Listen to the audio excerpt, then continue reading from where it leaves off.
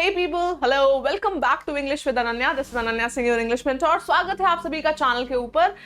अगर आप पहली बार चैनल पे हैं तो make sure that you have subscribe to my channel and press the bell icon, क्योंकि इस चैनल पे होती है आपकी फाउंडेशन बैच हो रहा है फिलहाल, जिस पे आपको मिल रही है पेड वाली क्लासेस बिल्कुल फ्री में।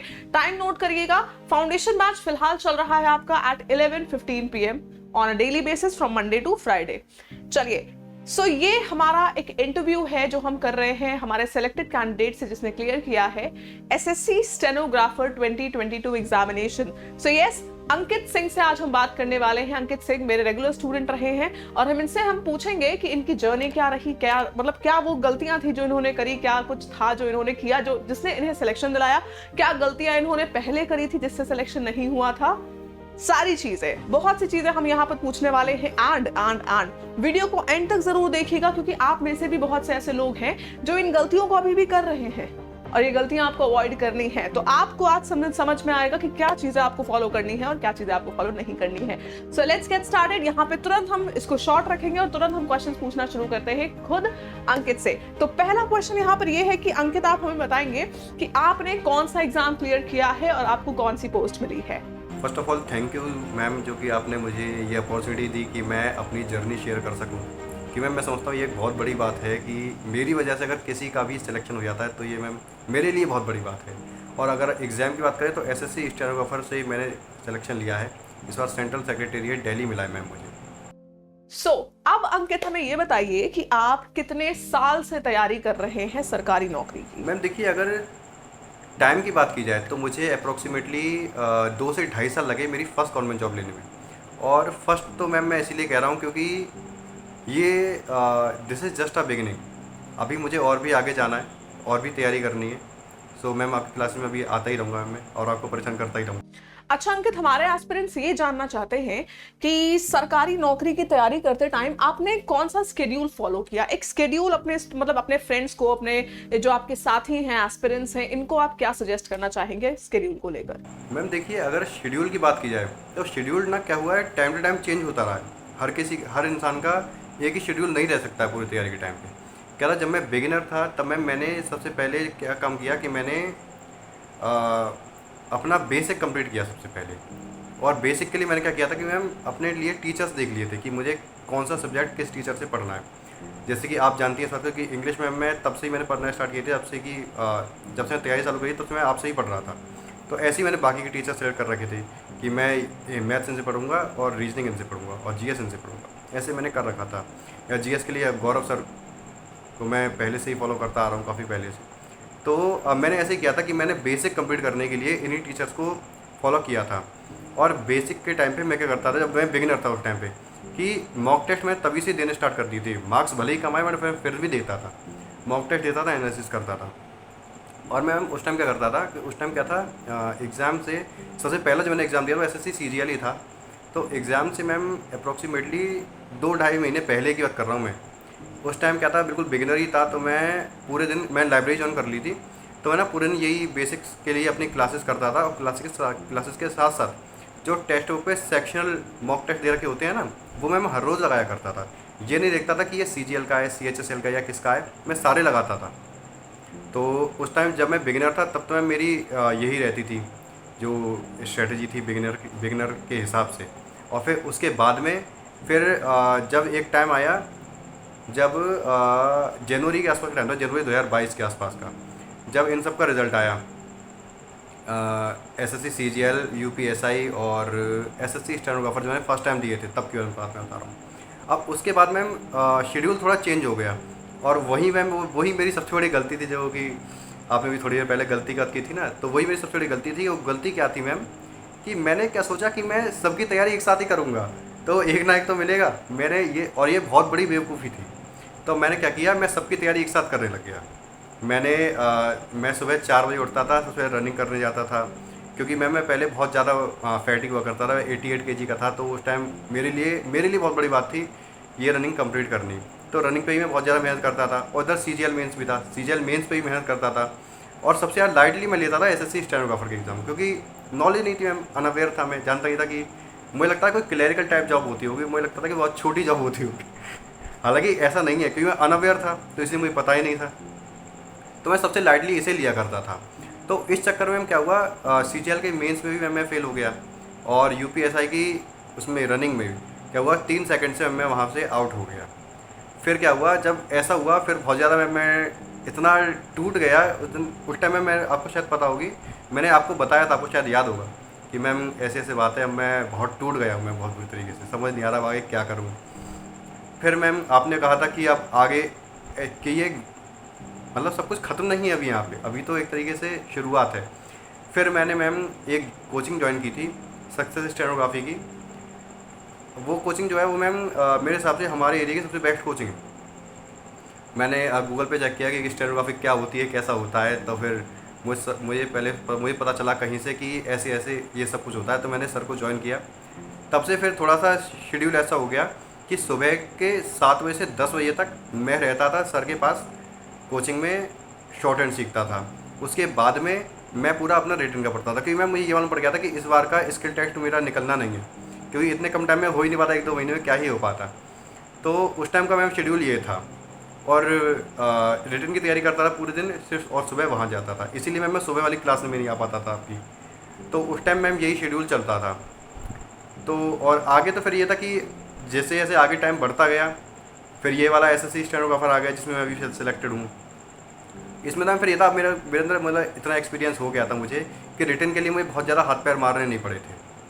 रिटन के लिए बस मैंने हर एक चीज़ रिवाइज़ की थी, मॉक टेस्ट दिए थे और एनालिसिस करी थी, और आपकी क्लासेस तो हैं ही, बस इतना किया। और मैंने पूरा फोकस, सबसे ज़्यादा फोकस जो दिया वो दिया स्किल टेस्ट पे, क्योंकि अब तक मुझे समझ में आ गया था कि SSC स्टेनोग्राफर कोई छोटी जॉब नहीं है। SSC CGL से अगर कंपेयर किया जाए तो बिल्कुल बराबर की जॉब है। जैसे कि CGL रिक्रूट करता है ना 2400, 4200, 4600 के लिए, सेम वैसे ही SSC स्टेनोग्राफर रिक्रूट करता है। बट क्या है, लोगों के लिए अंदर अभी अवेयरनेस नहीं है इस एग्ज़ाम को लेकर, इसीलिए इसमें ये भी कह सकते हैं वैकेंसीज कम आती हैं, बट कंपटीशन, ये नहीं कहते कंपटीशन कम होता है, कंपटीशन भी बहुत अच्छा खासा होता है, क्योंकि अब लोगों के अंदर अवेयरनेस आती जा रही है ना, तो अब लोग इस फील्ड में बहुत आते जा रहे हैं। तो यही था मैम शेड्यूल मेरा जी। मैंने आपको बता दिया कि बिगिनर के टाइम पे कैसा था और किस टाइम कैसा था। अब फ़िलहाल ये है, अब फ़िलहाल मैं सबसे ज़्यादा स्किल टेस्ट पे ही काम कर रहा हूँ। अभी कोशिश कर रहा हूँ कि तरीके से मेरी 120 वर्ड्स पर मिनट की स्पीड हो जाए। बाकी अभी तक का ये शेड्यूल रहा है। सो अंकित, ये बताइए कि आपने कहाँ कहाँ से पढ़ाई करी है, आपके सोर्सेज क्या थे, वो ऑनलाइन हो वो ऑफलाइन हो। Please let us know about the sources that you follow to study for your preparation. और मैम देखिए, अगर सोर्सेज की बात की जाए तो मैंने सोच के रखा था कि सोर्सेज जितने कम से कम हो उतना बेटर है। तो सोर्सेज के लिए बस यही था, आपकी क्लासेस या और बाकी टीचर्स की क्लासेस, और उसके साथ साथ हमारा टेक्स्ट बुक का जो पास है, जिससे हमें सेक्शनल टेस्ट मिलते हैं, और जब एग्ज़ाम पास आता है तो मैम लाइव टेस्ट भी आते हैं, और मॉक टेस्ट पहले से भी इतने सारे पड़े होते हैं। तो मुझे लगता है मैम इतना इनफ है, इसके अलावा हमें कुछ करने की ज़रूरत नहीं है। अगर मॉक टेस्ट और एनालिसिस हम अच्छे से करते रहें तो हमें कुछ अलग से कुछ करने की ज़रूरत नहीं है। सो अब अंकित, आप ये बताइए कि मेरी जो इंग्लिश की क्लासेस हैं, जैसे कि आप सबको पता है कि मेरी क्लासेस टेक्स्ट बुक पर भी होती हैं। ये चैनल तो अभी नया बना है, ठीक है, तो टेक्स्ट बुक से, और अंकित मुझे बहुत सालों से ही फॉलो कर रहे हैं, है ना, स्टार्टिंग से। तो अंकित, आप मुझे बताइए कि मेरी क्लासेस ने किस तरीके से आपकी हेल्प करी। अब मैम ये क्वेश्चन तो अलग ही है, जैसे कि आप कह रहे हैं कि मतलब आपकी क्लासेस ने कैसे हेल्प किया मेरे को। अब मैम इसका मैं कैसे जवाब दूँ, क्योंकि आपसे मैं शुरू से ये बात कहता हुआ आ रहा हूँ, और जितने भी हमारे फ्रेंड्स हैं जो आपसे जुड़े हुए हैं इस टाइम पे, वो सभी ये बात जानते हैं कि कोई भी क्लास हो, हर क्लास में मैं होता हूँ, वहाँ पे पढ़ाई करता हूँ।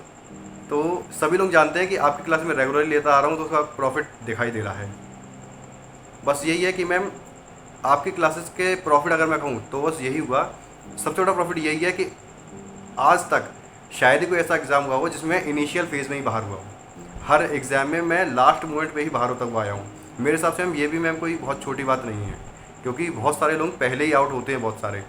मैं लास्ट मोमेंट पे बाहर होता हुआ आया हूँ, तो इस चीज़ से अंदाज़ा लगाया जा सकता है कि मेरे टीचर्स का कितना बड़ा रोल है। थैंक यू अंकित। अब ये बताइए कि ऐसी कौन कौन सी मिस्टेक्स हैं जो आपने करी थी पहले, जिससे आपका सिलेक्शन नहीं हो पाया था, और आप चाहते हैं कि जो हमारे आपके साथी जो एस्पिरेंट्स हैं वो इन मिस्टेक्स को ना दोहराएं। मैम देखिए, अब जैसे कि आपने कहा मिस्टेक्स की, तो देखिए मिस्टेक का मैं ये समझता हूँ कि एक तो मिस्टेक मैंने वो बता दी जो मैंने की थी, कि मैं मल्टीटास्किंग कर रहा था, कि मतलब UPSI की रनिंग की भी तैयारी कर रहा था, और उसी टाइम पे CGL मेंस की भी तैयारी कर रहा था, और सेम टाइम पे एट द सेम टाइम मैं स्किल टेस्ट के लिए तैयारी कर रहा था एसएससी स्टेनोग्राफर की। तो ये मैम एक बहुत बड़ी गलती है जिसने कि मुझे 1 साल पीछे फेंक दिया। नहीं तो ऐसा हो सकता था कि ये इंटरव्यू 1 साल पहले ही कंडक्ट हो रहा होता। तो मैम ये समझता हूँ ये तो एक बहुत बड़ी गलती है। और मैम एक दूसरी गलती जो कि मैंने देखी है कि जिसकी वजह से लोग बहुत बहुत सालों तक तैयारी करते रहते हैं और सिलेक्शन नहीं ले पाते हैं। मेरे जान पहचान में कई सारे ऐसे लोग हैं जो कि मुझसे बहुत बड़े बड़े हैं पर अभी तक उनका सिलेक्शन नहीं हुआ। उनकी गलती मैं आपको बताऊँ, जो वो गलती करते हैं वो बहुत बड़ी गलती है। वो गलती क्या है कि वो लोग सारे एग्ज़ाम देते हैं, वो ये नहीं देखते कि मतलब उसका पैटर्न अलग है, इसका पैटर्न अलग है। मैं समझता हूँ मैम अगर आप एसएससी के सारे एग्ज़ाम दे रहे हो देन इट इज़ ओके, कोई अलग बात नहीं। क्योंकि एसएससी के तो मैम पढ़ाई सबके लिए सेम ही है, वही इंग्लिश है, वही मैथ है, वही रीजनिंग है। लेकिन अब आप ये भी दे रहे हो, एसएससी भी दे रहे हो, आप बैंक भी दे रहे हो, आपने कहीं बीएड या बीटीसी का फॉर्म भी भर रखा है, आप उसकी पढ़ाई भी कर रहे हो। तो मैम मेरे हिसाब से ये तो एक बहुत ही बड़ा फेलियर का रीज़न है। मैं एक्सेप्शनल केस की बात नहीं कर रहा हूँ, बट मैं 95% कह रहा हूँ। 95% ऐसे लोग बहुत मतलब ज़्यादा पिछड़ जाते हैं क्योंकि वो एक चीज़ पर काम ही नहीं कर पा रहे हैं पूरे दिन। अब यहाँ जैसे मैं हूँ, मैंने सिर्फ एसएससी पे फोकस किया, मैंने इसके अलावा और कहीं फोकस नहीं किया। तो एसएससी का मेरा मतलब बेस इतना स्ट्रांग हो गया है, कॉन्फिडेंस इतना ज़्यादा हो गया है मेरे अंदर कि मैं किसी भी एग्ज़ाम में बैठ जाऊँ, भले ही मैंने रिवाइज़ किया हो या ना किया हो, इतना तो है कि मैं कट ऑफ तो फिर भी क्लियर कर दूँगा। तो मैम एक ये बहुत बड़ी गलती होती है कि लोग ये नहीं देखते हैं कि मुझे क्या करना है क्या नहीं करना है, उनका विज़न क्लियर नहीं होता है, तो वो हर जगह भागते हैं और पहले ही अपना फेलियर घोषित कर देते हैं कि अगर मुझे ये नहीं मिला तो मैं ये कर लूँगा।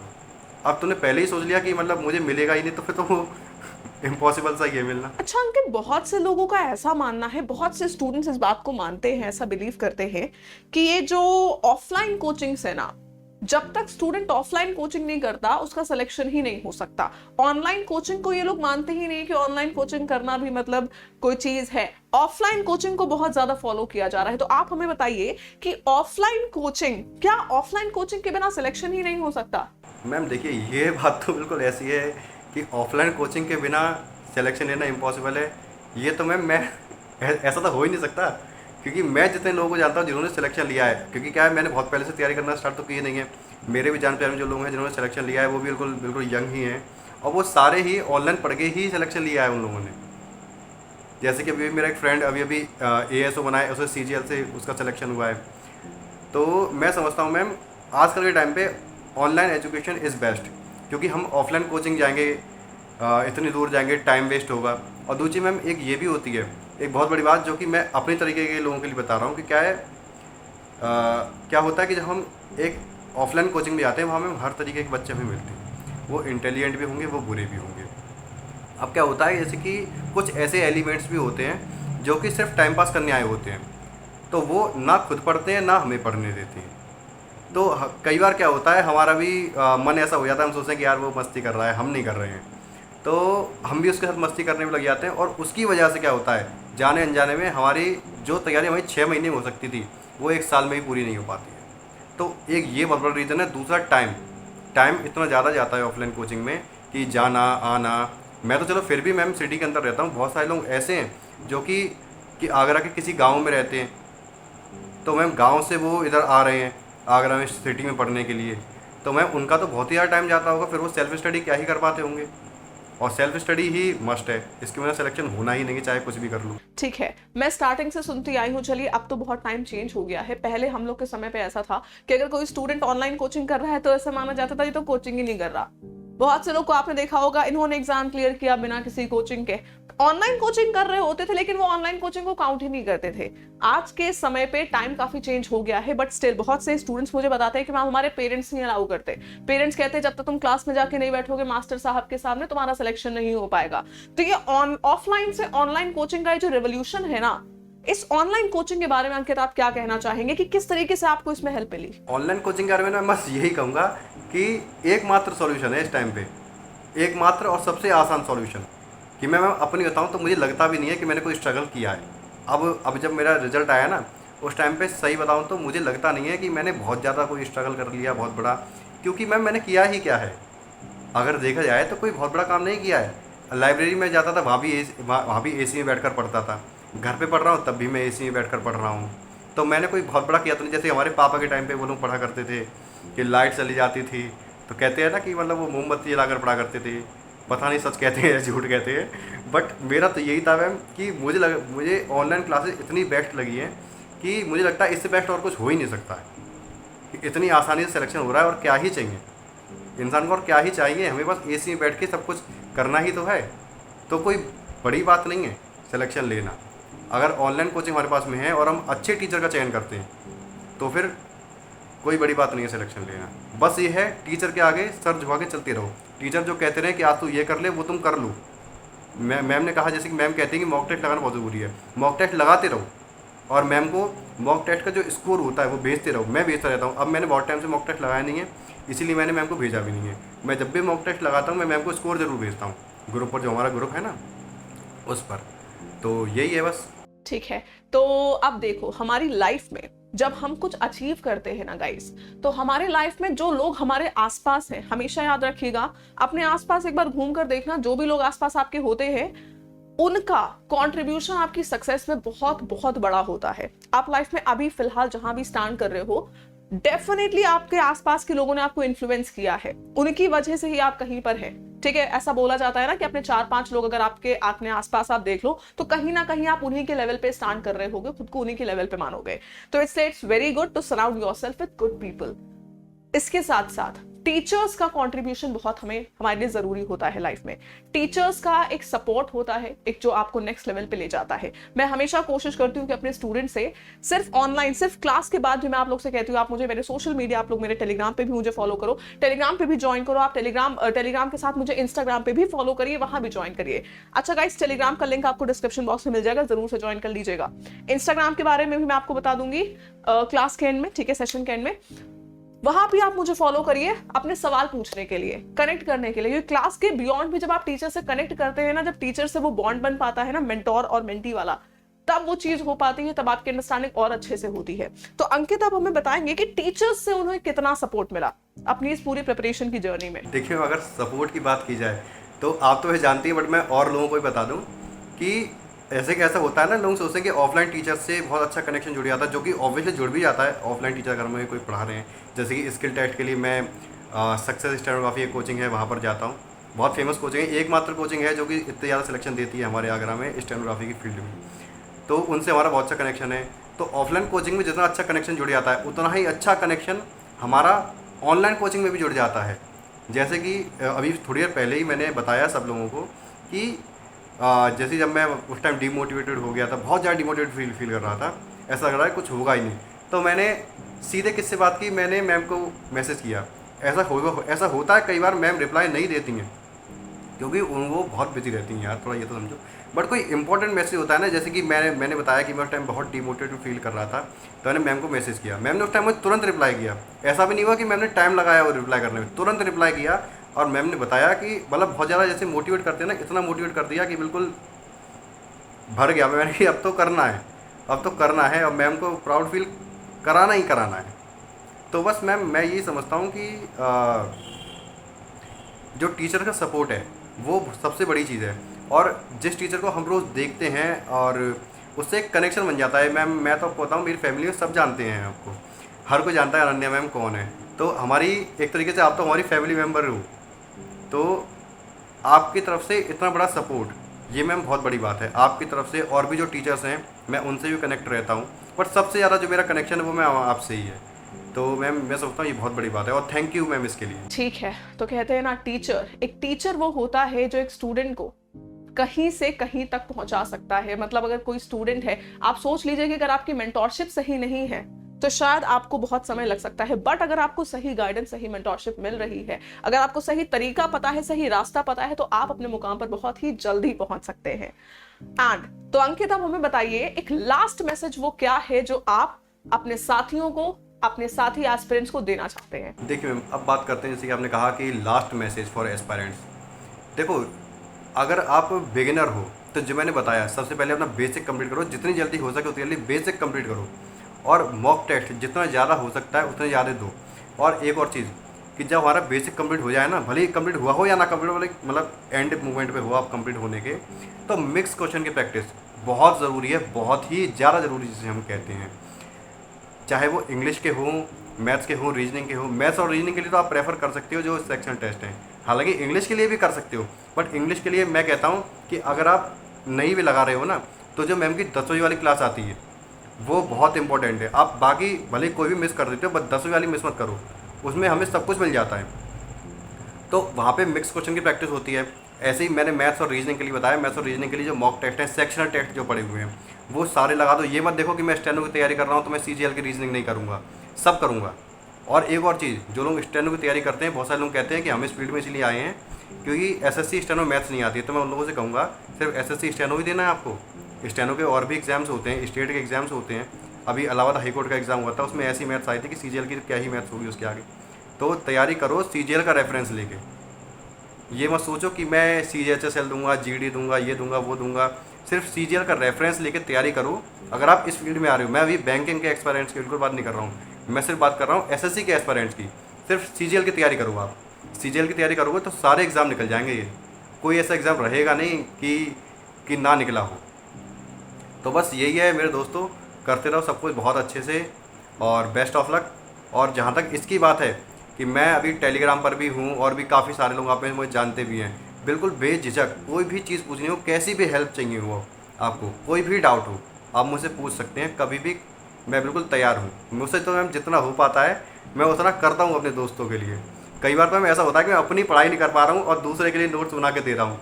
एक मैम मैं आपको बताऊँ, एक बिल्कुल सच्ची आता हूँ, एक मेरी फ्रेंड है जो कि हरियाणा से है, वो आपकी स्टूडेंट है मैम, वो भी आपकी स्टूडेंट है, मैं भी नाम नहीं लूँगा उसका। तो मैं बस क्या करता था, उसको मैं पढ़ाता नहीं था, उसको पढ़ने में वो खुद इंटेलिजेंट है, लेकिन उसको ये बताना कि किस तरीके से पढ़ाई करनी है। क्योंकि मैं भी पहले CGL प्री तो मैंने भी निकाला है, तो मैंने किस तरीके से पढ़ाई करी है उससे मैंने ये बात बताया, और इस बार उसका CGL प्री निकला भी। वो बहुत खुश थी मैम, उसकी खुशी देखकर जो उसने मुझे थैंक यू बोला और ये सब बोला, इस चीज़ से मैं बहुत ज़्यादा खुश हुआ। तो मैं समझता हूँ कि मैं जितनी ज़्यादा हेल्प कर पाऊँ उतनी करूँगा। बाकी बेस्ट ऑफ लक मेरे दोस्तों, ऐसे करते रहो। That's all people. Thank you so much Ankit, thanks a lot. So अंकित यहाँ पर थे जिनका सिलेक्शन SSC स्टेनोग्राफर 2022 में हुआ है। थैंक यू सो मच अंकित कि आपने अपनी पूरी जर्नी हमारे साथ शेयर करी, आपने अपना टाइम निकाला अपने साथियों को ये बताने के लिए कि आपने किस तरीके से तैयारी करी और क्या क्या वो गलतियां हैं जो अपने आपके जो साथी हैं, जो बाकी मेरे स्टूडेंट्स हैं, एस्पिरेंट्स हैं, वो ना करें। क्योंकि मैं कई बार आपको क्लास में चीजें बताती हूँ, मैं आपको एस्पिरेंट्स की सुनी हुई चीजें बताती हूँ अपने एक्सपीरियंस के अकॉर्डिंग, बट मैं यहाँ पर ट्राई करती रहूंगी कि मैं कोशिश करती रहूं ऐसे एस्पिरेंट्स को, ऐसे सिलेक्टेड स्टूडेंट्स को, टॉपर्स को आपके सामने लाने की जो ऑलरेडी सिलेक्टेड हैं, और वो आपको बता पाएंगे कि ये गलतियां हैं जो आपको नहीं करनी है।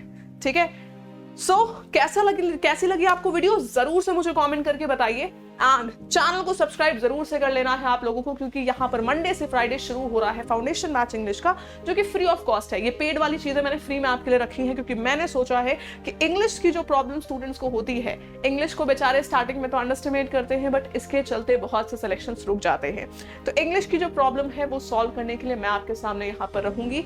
ठीक है, तो जरूर से चैनल को सब्सक्राइब कर लीजिए, बेल आइकन प्रेस कर लीजिए and share this video with your maximum friends. आपका कजन, आपके सिबलिंग्स, आपके रिलेटिव्स, जो कोई भी तैयारी कर रहा है उनके साथ इसको शेयर जरूर से करना है। ठीक, और टेलीग्राम की बात करूं तो आप मुझे टेलीग्राम पर भी ज्वाइन कर सकते हैं। मैं आपको यूजर नेम बताती हूँ टेलीग्राम का, ऑल्दो आपको लिंक भी मिल जाएगा, डिस्क्रिप्शन बॉक्स में लिंक भी प्रेजेंट है टेलीग्राम ग्रुप का।